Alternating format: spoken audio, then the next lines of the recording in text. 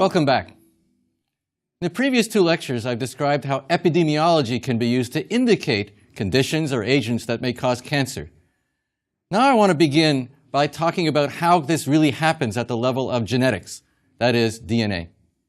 My story involving DNA begins in the late 19th century, when X-rays were discovered from a physics experiment.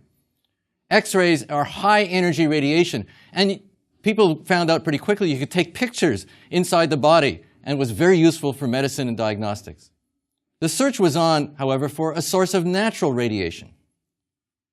This is Marie Curie, who with her husband Pierre shared the Nobel Prize for the discovery of radium. Radium is an element, one of those chemicals, and she discovered it in peat sludge in the Czech Republic. Radium has a lot of energy. In fact, it has so much energy that it glowed blue in the dark. If you look at the radium atom, it's got a nucleus that has protons, positively charged, and neutrons, and a whole lot of electrons whizzing around it. Radium is unstable. It releases some protons and neutrons as a particle, and in the process releases a terrific amount of energy.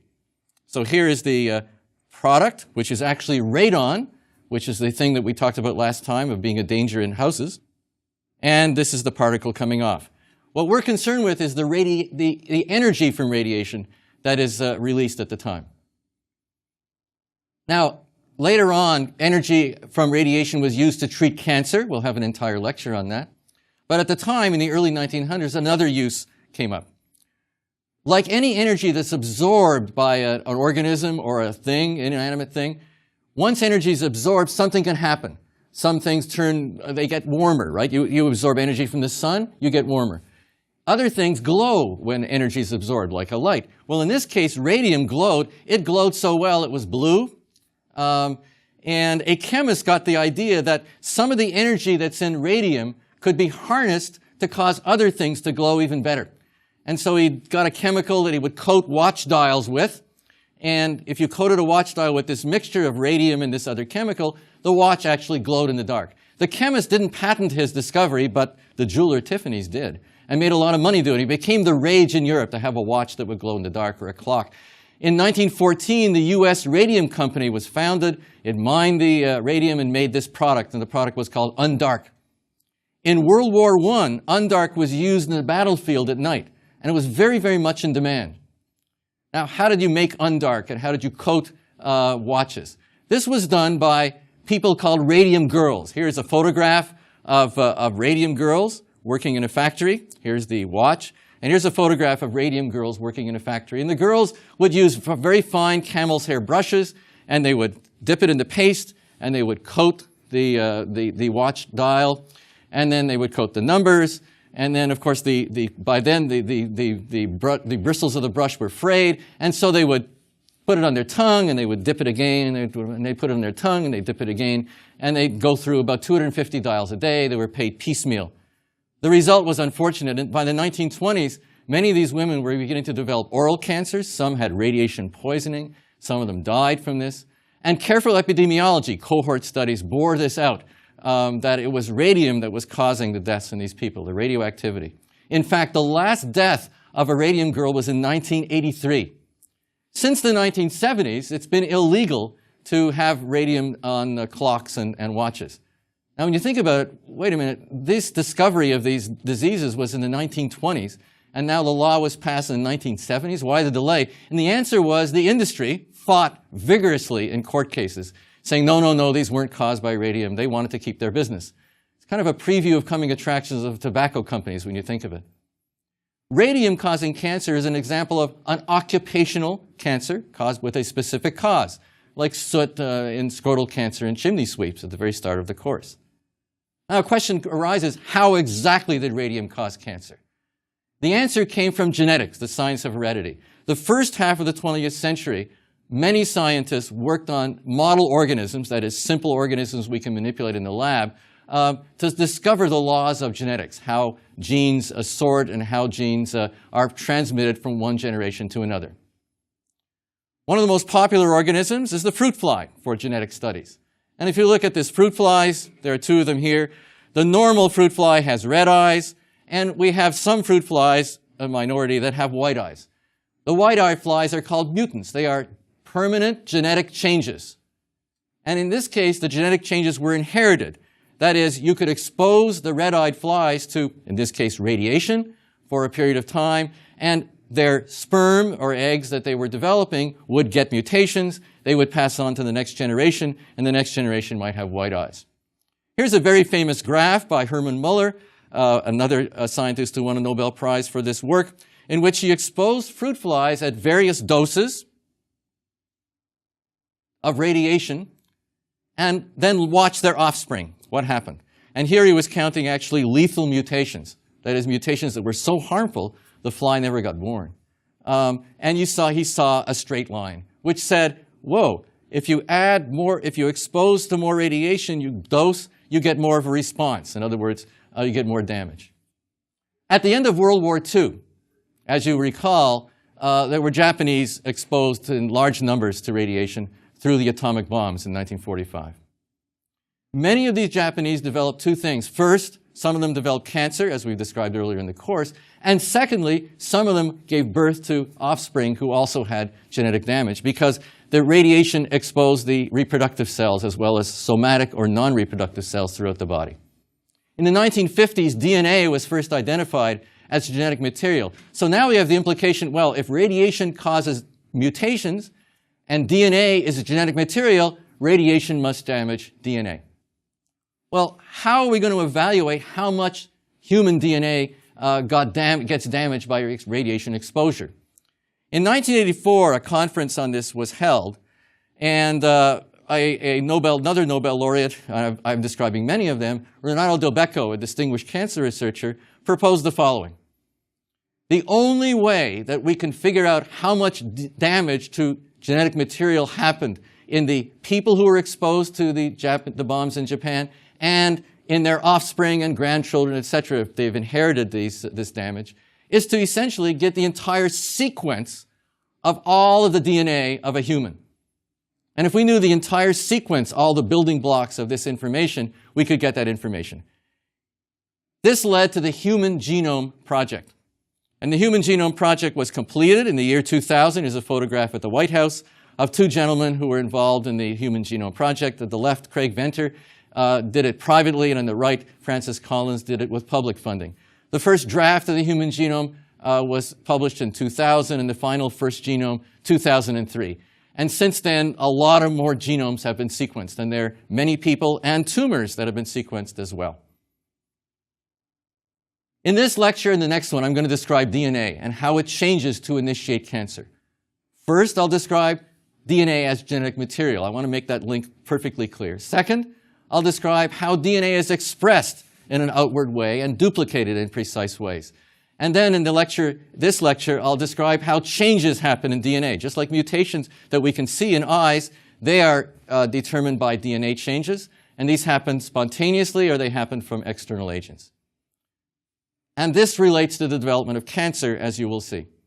In the next lecture, we'll talk about things that damage DNA and also cause cancer, carcinogens, and we'll talk about some carcinogens that don't damage DNA and finally end up with a new field called epigenetics. Now, DNA as the genetic material. There's a lot of circumstantial evidence that DNA is genetic material. Want to learn more about this? See my other course at the Great Courses series called Understanding Genetics, end of plug. Here's a good experiment. You take a virus, and we look at a virus, and DNA and viral infection, and here is a virus that infects a cell. The virus is a pretty simple particle. It's got a protein coat surrounded by DNA.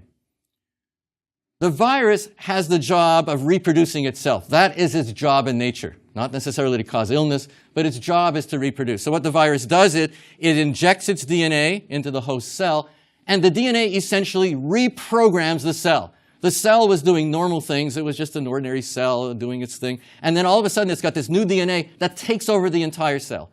The DNA is a genetic program itself, right? It has genetic instructions, and it turns the cell into a virus factory, and the cell then produces a whole lot of virus. The structure of DNA, and this double helix is very famous, was first unveiled by two scientists named Watson and Crick in 1953. So it's been quite a time since that happens. It's a very elegant structure with this double helix, and has become what I call a secular icon. You know, icons are religious symbols. Here it's a secular icon, and you see DNA everywhere. DNA has two strands, structurally, as you saw. And the strands are held together by the building blocks of DNA. So there are millions of these building blocks in the DNA molecule. I'm going to show you the chemistry of the building blocks now, and I'm going to name them, but I'm not going to say much about them for the rest of the course because this is not a chemistry course or even a biochemistry course. The building blocks are called cytosine, guanine, adenine, and thymine. And just as we have 26 letters in the alphabet in English, there are 4 letters in the alphabet in DNA.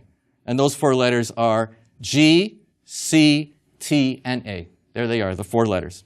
And it turns out that in the double-stranded molecule of DNA, the rungs are these bases called G, C, T, and A, and they fit together really nicely.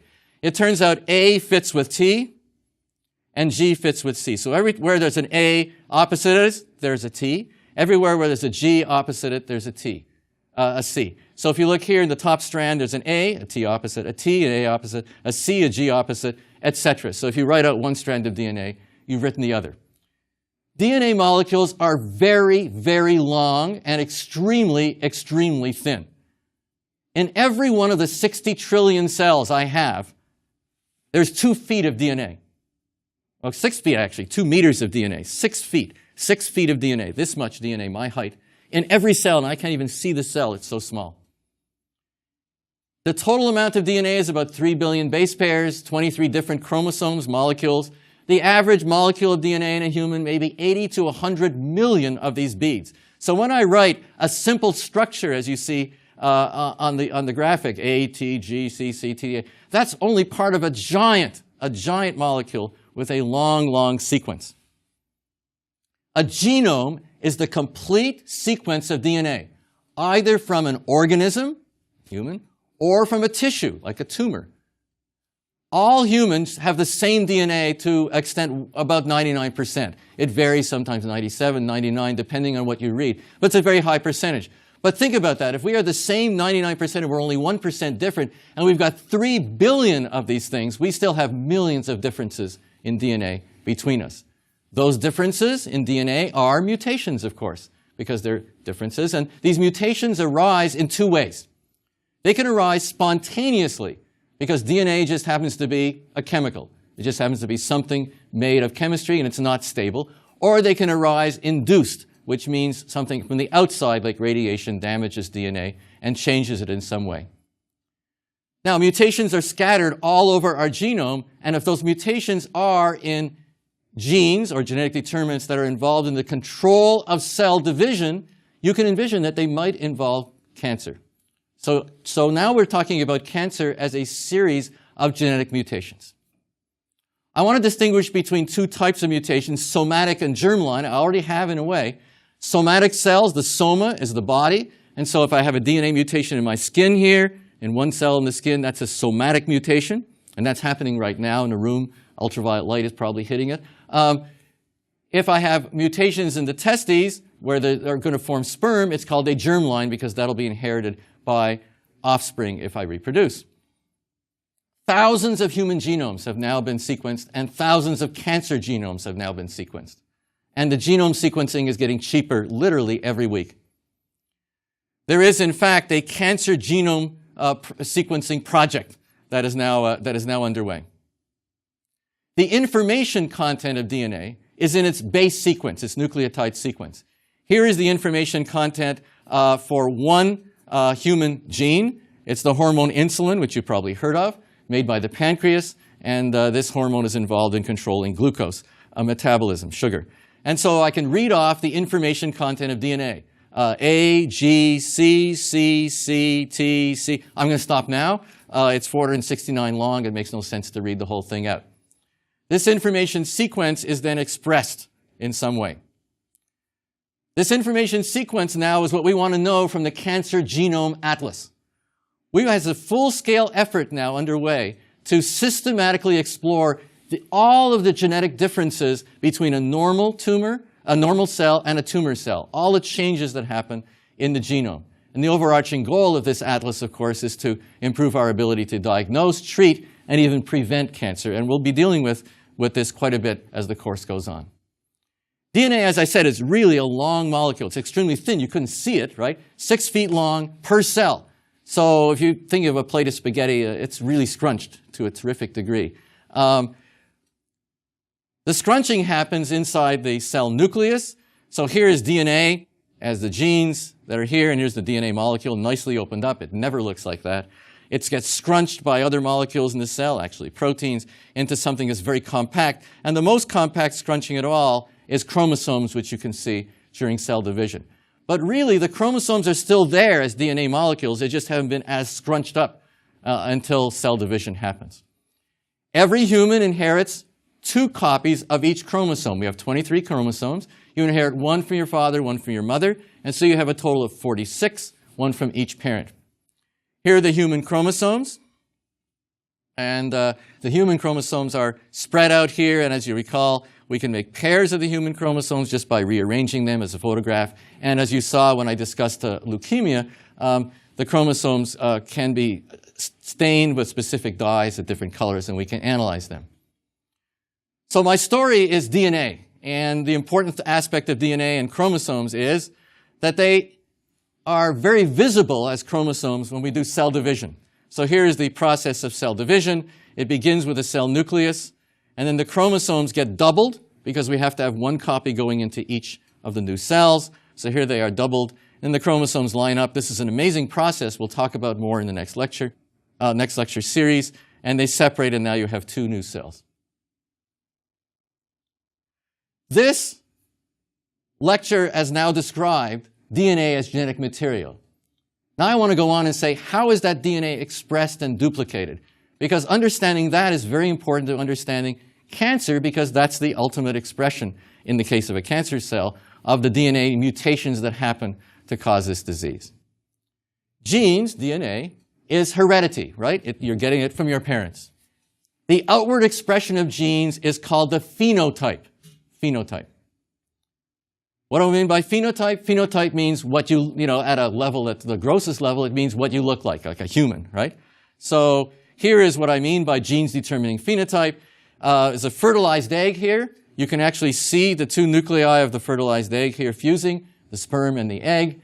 And ultimately, this cell divides and reproduces many, many times to 60 trillion and determines the phenotype, which is the characteristics of the individual. But I have to emphasize something now before we go on.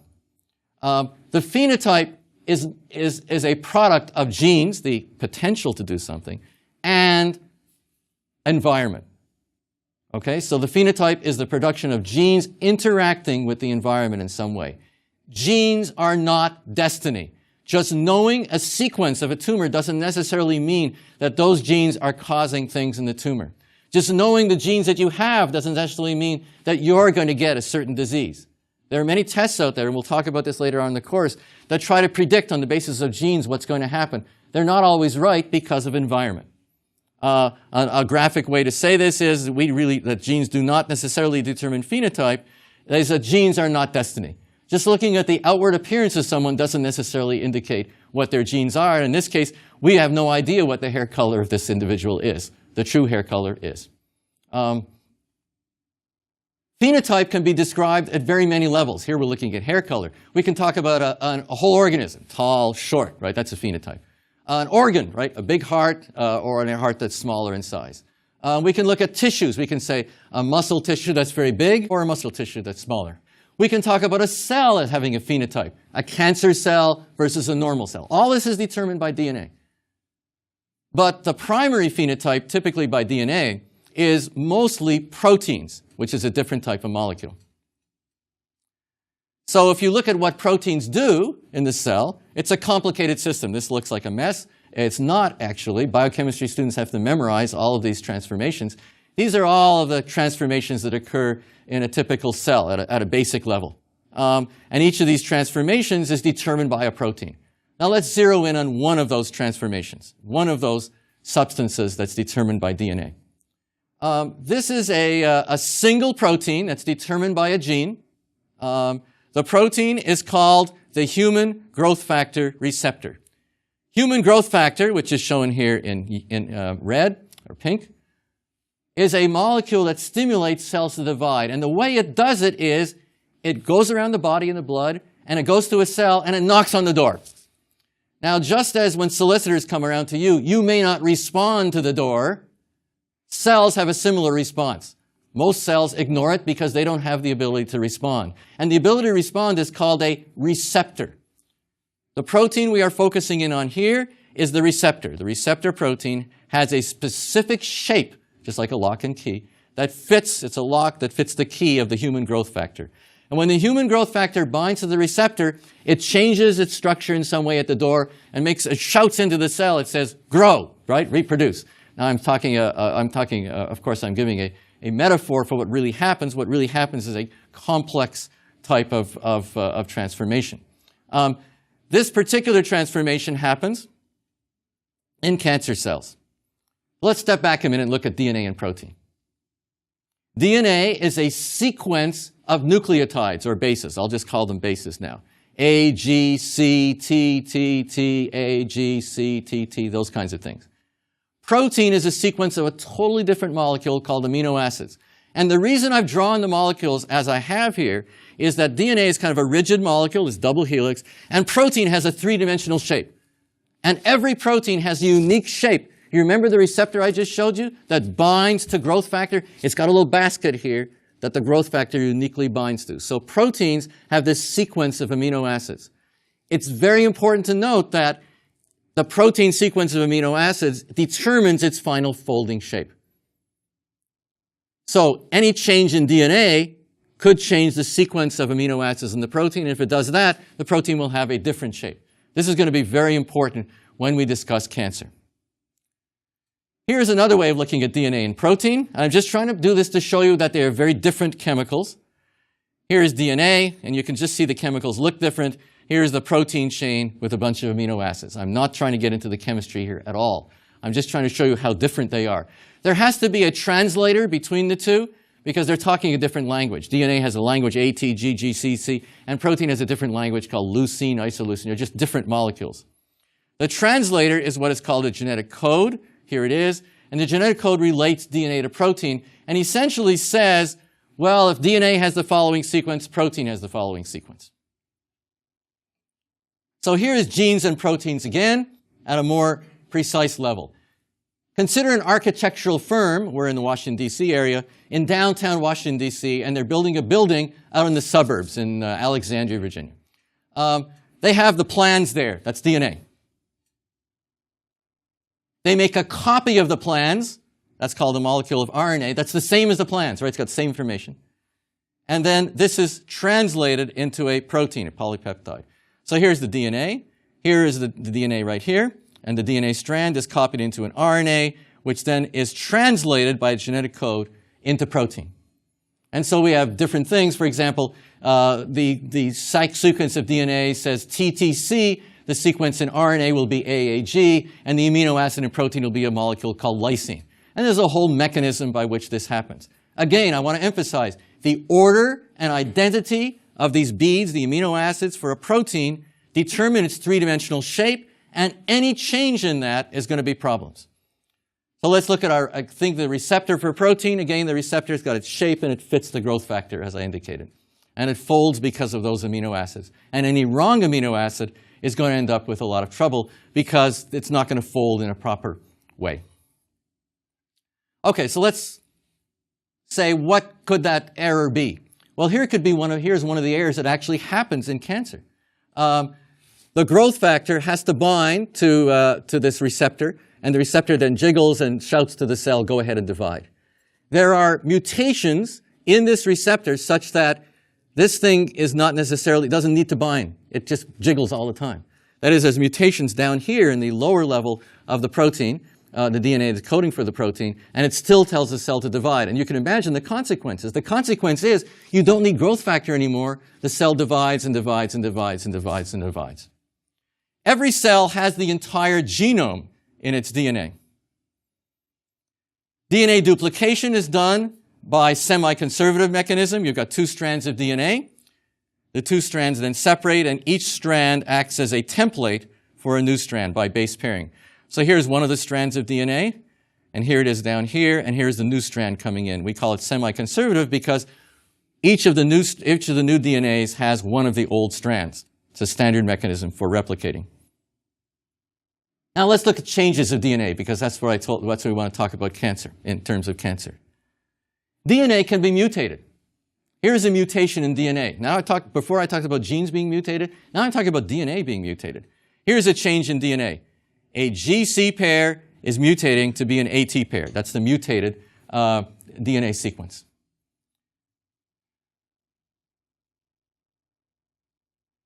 This mutation can happen in two ways. It can happen either spontaneously, or it can happen in an induced way, as I indicated before. Now, what's a spontaneous mutation?